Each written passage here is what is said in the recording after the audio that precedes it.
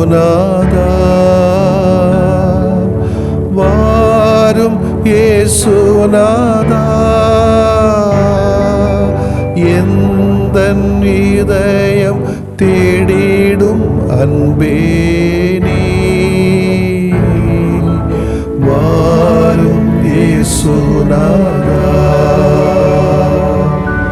வாரும் இறைவனே வாரும் இறைவனே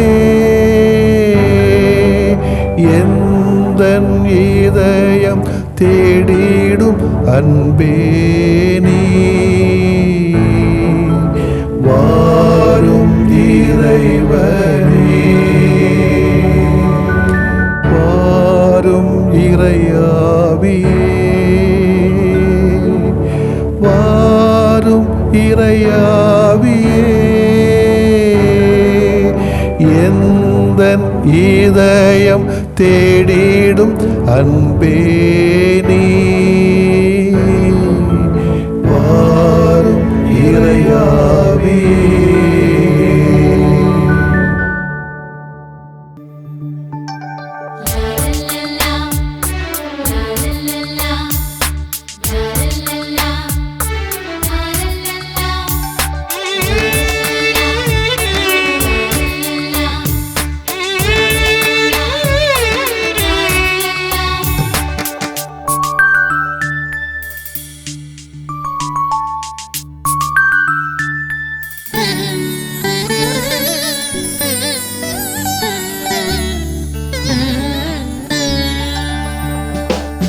ஆண்டவரே உம்மில் அன்பு கொண்டே இனி ஆனந்தமாய் உம்முன் வாழ்ந்திடுவே.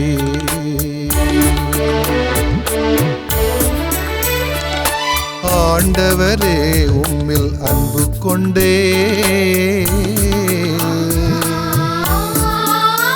இனி ஆனந்தமாய் உம்முன் வாழ்ந்திடுவே.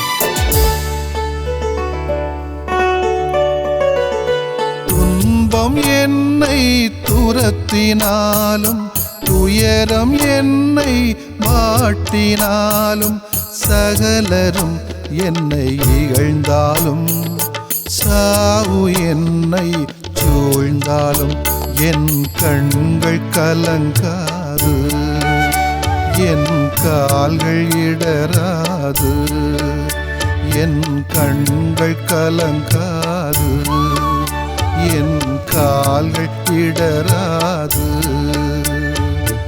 ஏனெனில் என் உயிராண்டவரே இனி என்றும் உன் கரங்களில் நான் என்றும் உன் கரங்களில் நான். ஆண்டவரே உம்மில் அன்பு கொண்டே இனி ஆனந்தமாய் உம்முன் வாழ்ந்திடுவே.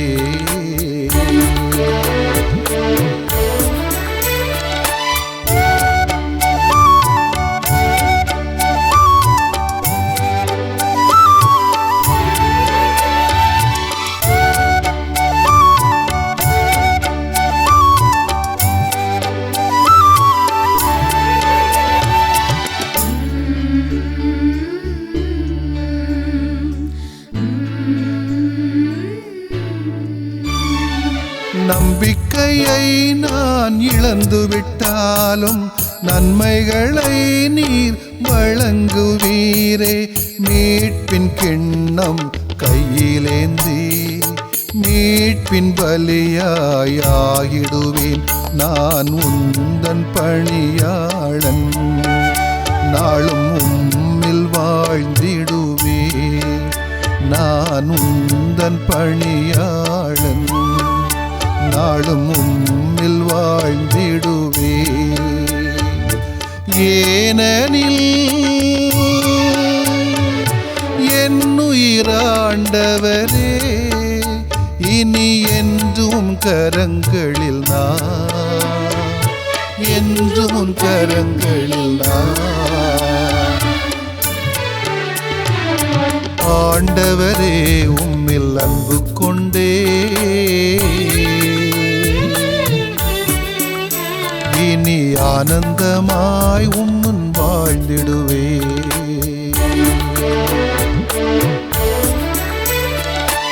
ஆண்டவரே உம்மில் அன்பு கொண்டே, இனி ஆனந்தமாய் உம்முன் வாழ்ந்திடுவே.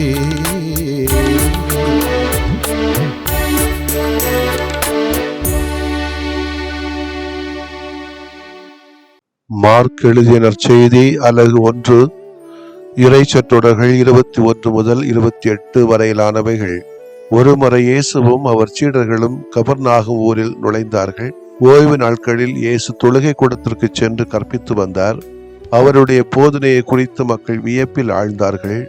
ஏனெனில் அவர் மறைநூல் அறிஞரை போலன்றி அதிகாரத்தோடு அவர்களுக்கு கற்பித்து வந்தார். அப்போது அவர்களுடைய தொழுகை கூடத்தில் தீய ஆவி பிடித்திருந்த ஒருவர் இருந்தார்.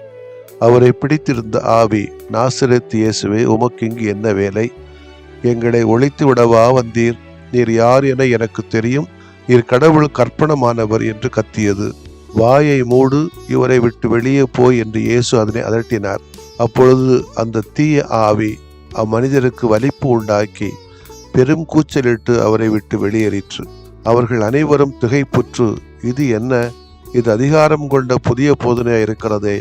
இவர் தீய ஆவிகளுக்கும் கட்டளையிடுகிறார், அவையும் இவருக்கு கீழ்ப்படுகின்றனவே என்று தங்களிடையே பேசிக்கொண்டனர். அவரை பற்றிய செய்தி உடனே கலிலேயாவின் சுற்றுப்புறமெங்கும் பரவியது. ஆண்டவரின் அருள்வாக்கு. இறைவா உமக்கு நன்றி. கிறிஸ்து இயேசுவிலே பிரியமுள்ள சகோதர சகோதரிகளே, பொது காலத்தின் 4வது ஞாயிற்றுக்கிழமை வாழ்த்துக்களையும் ஜெபங்களையும் உங்களோடு பகிர்ந்து கொள்கிறேன்.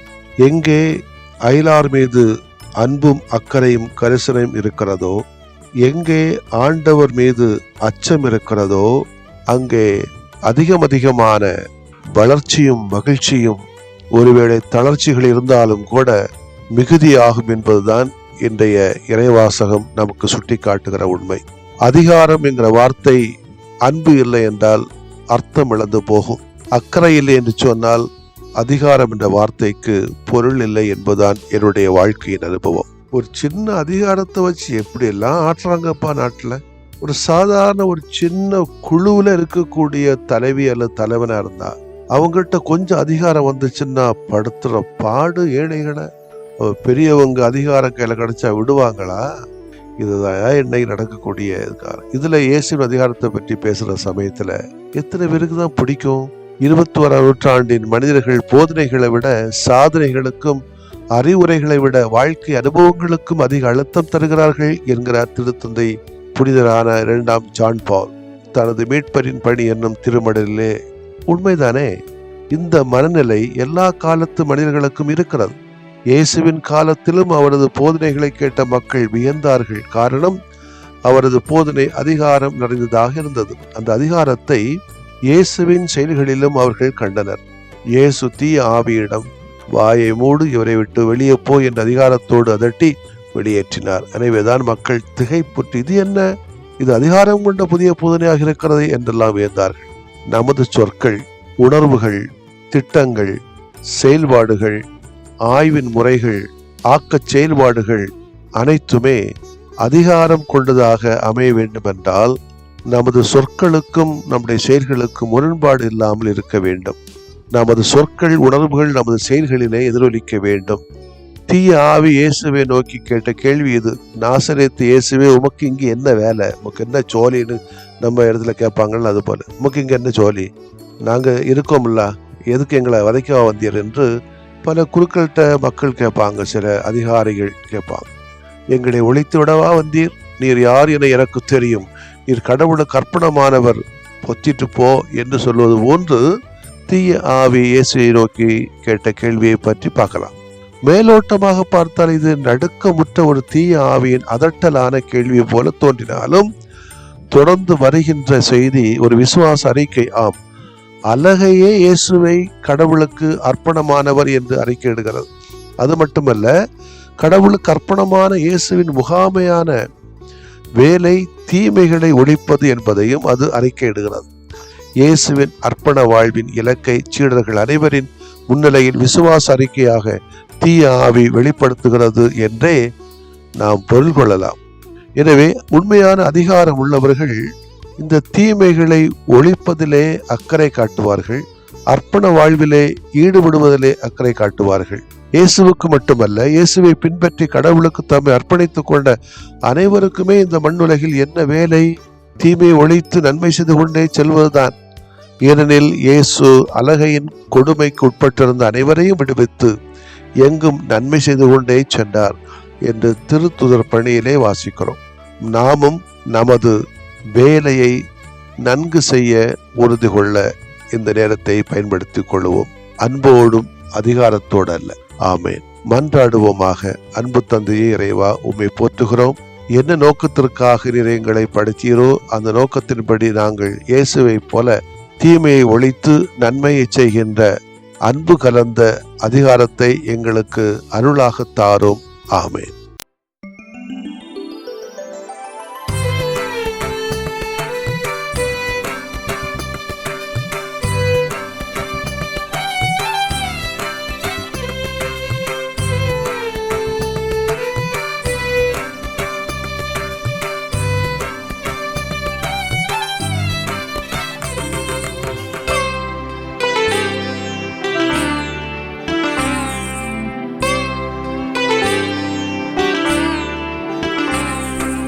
குணமாக்கும் என்னை குணமாக்குமே, குணமாக்கும் என்னை குணமாக்குமே.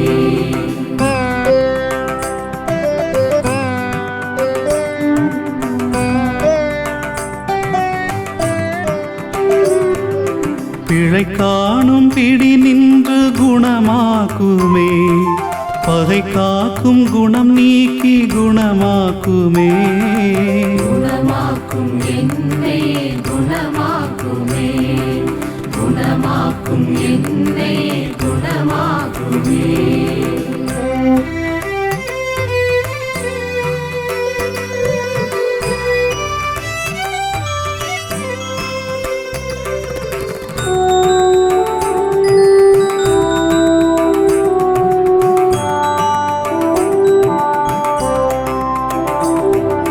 கடன் தொல்லை பிடி நின்று குணமாக்குமே, கடும் சொல்லின் குணம் நீக்கி குணமாக்குமே. குணமாக்கும் என்னை குணமாக்குமே, குணமாக்கும் என்னை குணமாக்குமே.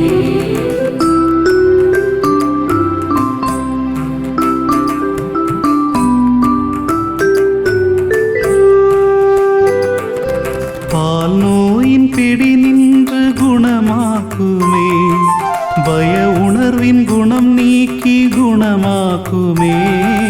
குணமாக்கும் என்னை குணமாக்குமே, குணமாக்கும் என்னை குணமாக்குமே.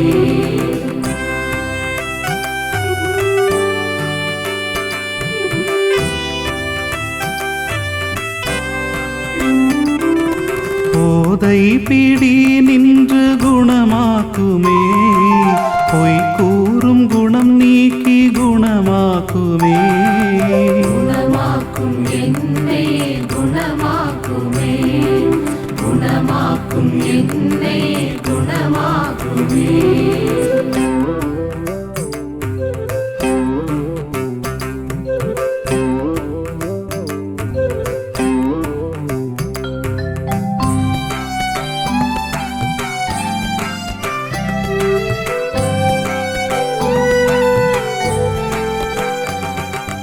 நான் என்னும் பிடி நின்று குணமாக்குமே, தான் மட்டும் குணம் நீக்கி குணமாக்குமே. குணமாக்கும் என்னை குணமாக்குமே, குணமாக்கும் என்னை குணமாக்குமே.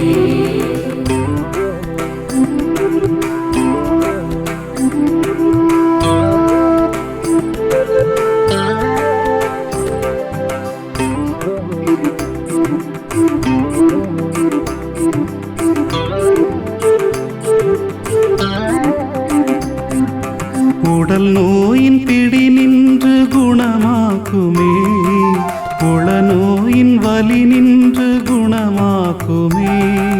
குணமாக்கும் என்னை குணமாக்குமே, குணமாக்கும் என்னை குணமாக்குமே.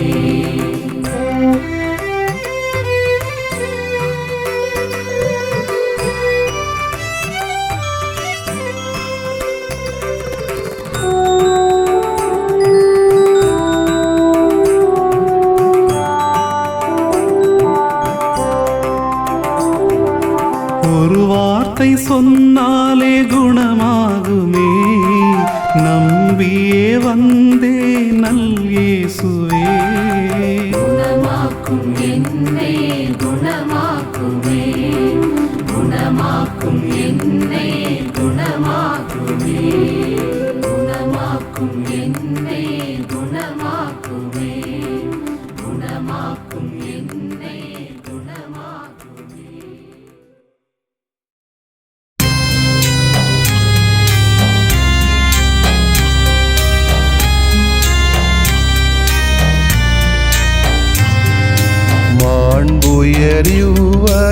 மாண்புயரிவருள்ளடையாளத்தை தாழ்ந்து பணிந்து ஆராதிப்போம்.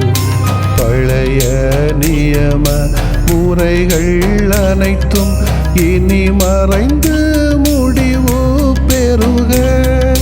புதிய நியம முறைகள் வருக.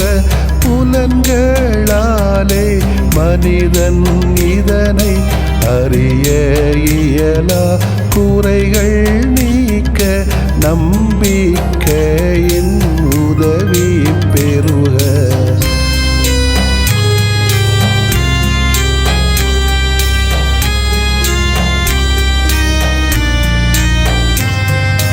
தந்தை அவர்க்கும் மகன் அவர்க்கும் புகழ்ச்சியோடு வெற்றியாக்கும். மீட்பின் பெருமை மாட்சிமையோடு வலிமை வாழ்த்து யாவுமாக. இருவரிடமாய் வருகின்றவராம் தூய ஆவியானவர்க்கும் அளவில்லாத சமப்புகழ்ச்சி என்றுமே உண்டாகுக. ஆமென்.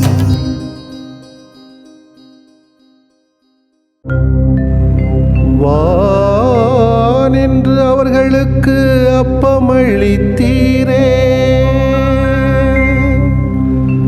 இனிமையெல்லாம் தன்னகத்தில் கொண்ட அப்பம் இதுவே. மன்றாடுவோமாக. இறைவா, இந்த வியப்புக்குரிய அருளடையாளத்திலே உம்முடைய பாடுகளின் நினைவை எங்களுக்கு விட்டு சென்றீ. உம் திருவுடல் திருரத்தமாகியவற்றின் தூய மறைவருளை வணங்கும் நாங்கள் உமது மீட்பின் பயனை இடைவிடாமல் துய்த்து உணர்ந்து மகிழ அருள்வீராக. தந்தையாகிய இறைவனோடும் தூய ஆவியாரின் ஒன்றிப்பில் இறைவனா என்றென்றும் வாழ்ந்து ஆட்சி செய்கின்ற உம்மை மன்றாடுகிறோம்.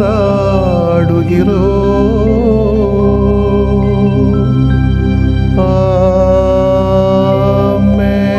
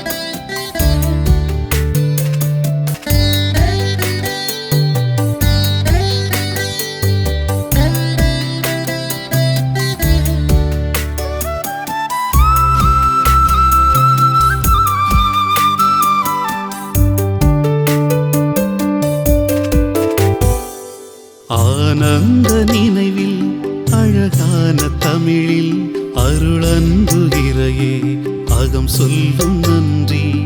ஆனந்த நினைவில் அழகான தமிழில் அருளன்பு இறையே அகம் சொல்லும் நன்றி.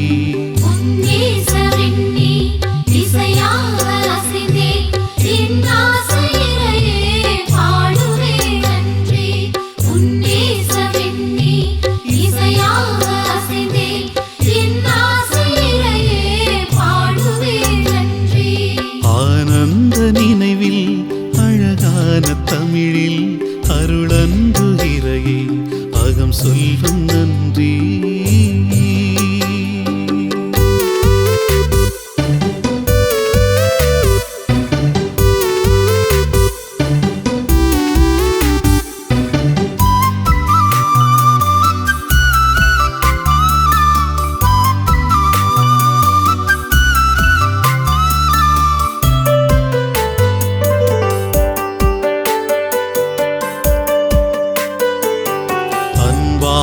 என்னை நீ படைத்தாய், அகலாது எனில் இருந்து காத்தாய்.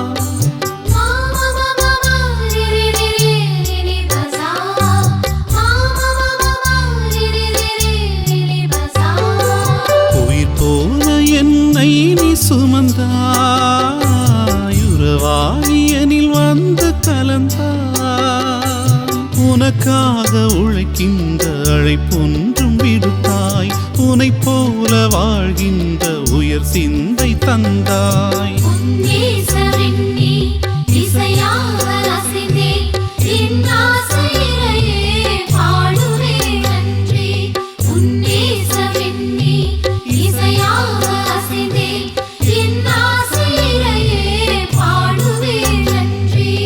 ஆனந்த நினைவில் அழகான தமிழில் அருளன்பு இறையே அகம் சொல்லும் நன்றி.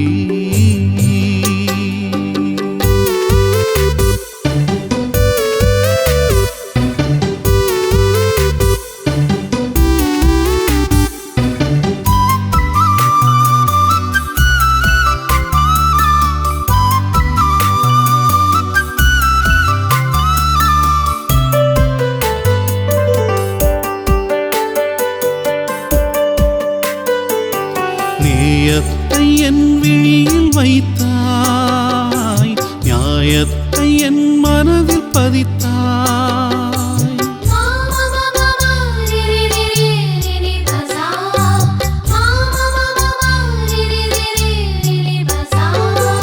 எழிலான புவி வீடு கொடுத்தாய், எல்லோரும் ஒன்றாக நினைத்தாய். அஞ்சாத நெஞ்சோடு பணியாற்ற பணித்தாய், அதற்காக உணவாகி உயிரோடு நிறைந்தாய்.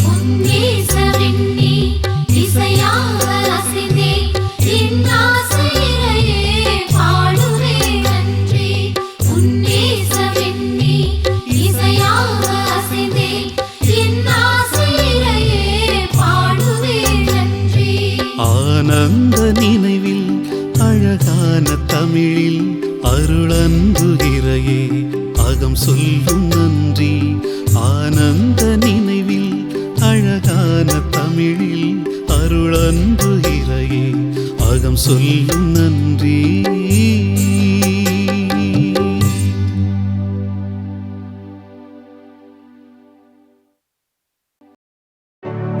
நிலையான புகழுக்குரிய தூய இறை நன்மைக்கு எல்லா காலமும் தொழுகையும் புகழும்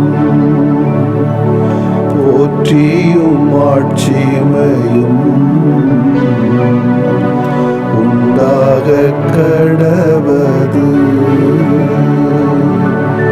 போற்றியும் ஆட்சிமையும் உண்டாக கடவது. தந்தை மகன் தூய ஆவியாரின் பெயராலே ஆமென்.